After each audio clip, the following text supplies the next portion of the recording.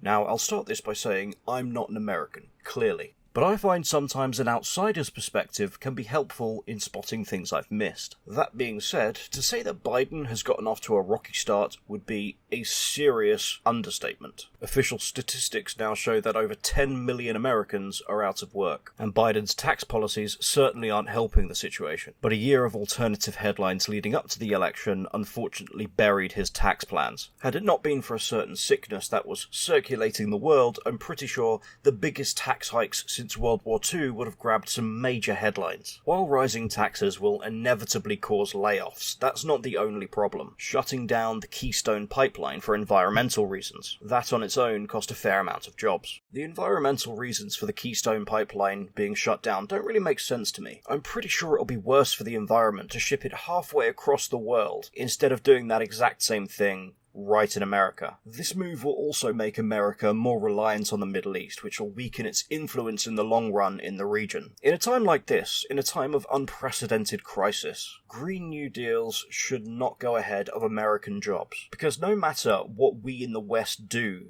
to try and prevent climate change, it's essentially pissing in the wind compared to China. We cannot afford to fall behind economically, because they certainly don't care about their carbon emissions. So at a time when you've got 10 million Americans out of work, you've got insanely high taxes on honest, hard-working Americans, and the American economy struggling to recover, as well as a green agenda smothering certain industries. Despite all that, the Biden administration thought it would be a fantastic idea to put illegal migrants up in hotels. That's illegal migrants that have yet to arrive that are expected to rush the border between now and September. These hotels will cost approximately $352 per night. Well, it's nice to know where your tax increase is going, I suppose. Speaking of the allocation of money, New York also planned to give up to $15,600 to undocumented workers, while Americans struggle with what eventually added up to a pitiful $2,000. Though I believe the stimulus payment to law-abiding Americans in the New York area is going to be about $3,400, which is still nowhere near the amount you would get if you were illegal. I think I know how I'm going to get into America when I choose to move there. While Biden may have been honest about the tax increases, I don't want you to get the wrong idea. He's still a politician, and politicians still lie. See here this clip of Kamala Harris promising to end the crisis at the border. The fact that what is happening with the detention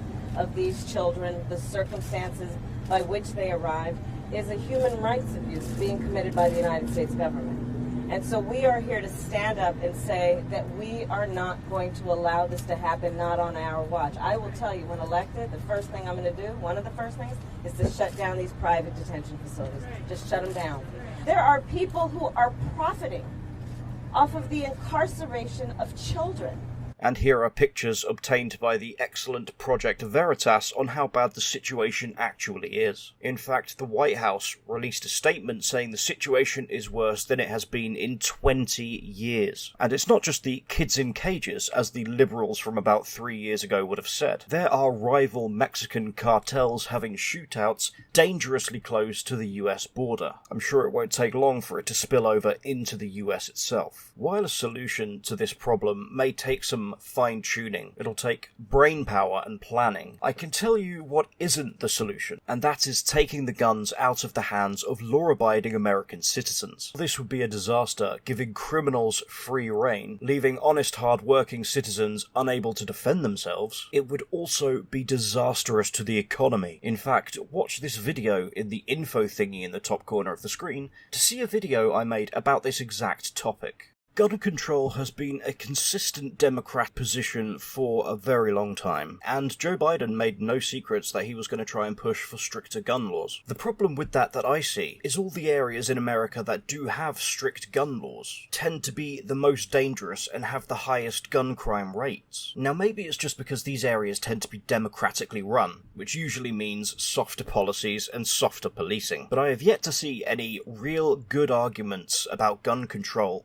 or evidence that it works. Because here in Britain we have some extremely strict gun control rules, but we still have gun violence. And I know this gets said a lot, but it doesn't make it any less true. If you outlaw guns, then only outlaws will have guns. Drink driving might be a problem on the roads, but you don't ban all drivers because of it. You just crack down on those that abuse the system. Two great examples would be the gun controls in Chicago are extremely high, yet so is the level of crime. And California have extreme gun control measures as well, but in LA the homicide rate has gone up by nearly 200% this year.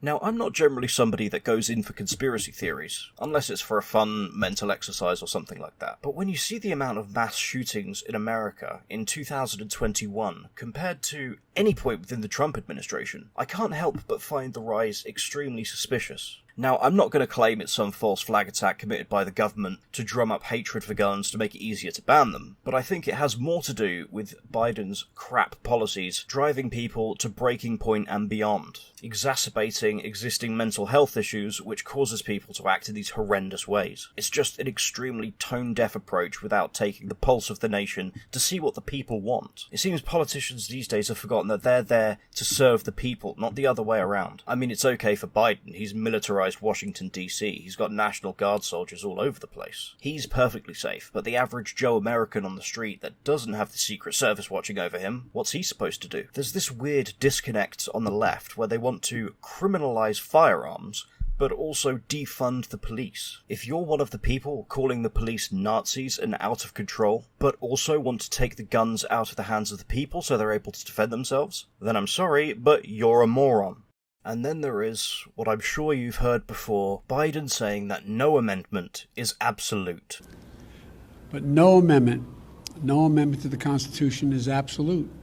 What about the First Amendment, freedom of speech? Or the Fourth Amendment, which governs search warrants? Or the 13th Amendment, which outlaws slavery? As far as I know, only one amendment to the Constitution has been overturned, and that was about prohibition. Discussing this and normalizing it, that is an extremely dangerous thing. I mean, maybe Biden won't bring back slavery, but he started the conversation, so what about the next president? Sure, the ability to overturn amendments to the Constitution already exists, but it's a very difficult process. The US Supreme Court is supposed to be non-partisan, so it seems to me you would only add more people to the Supreme Court if you wanted allies inside of it. I mean, you could put forward the argument that Trump elected 3 people to the Supreme Court. With the death of 2 Supreme Court justices and the retirement of the other, then you could hardly say Trump elected them in bad faith. They had to be replaced and it just happened to fall within Trump's term. But regardless, getting it into the head of future presidents that the amendments can be changed on a whim sets a very bad precedent. And all of this turmoil that's kicked up in America leads to countries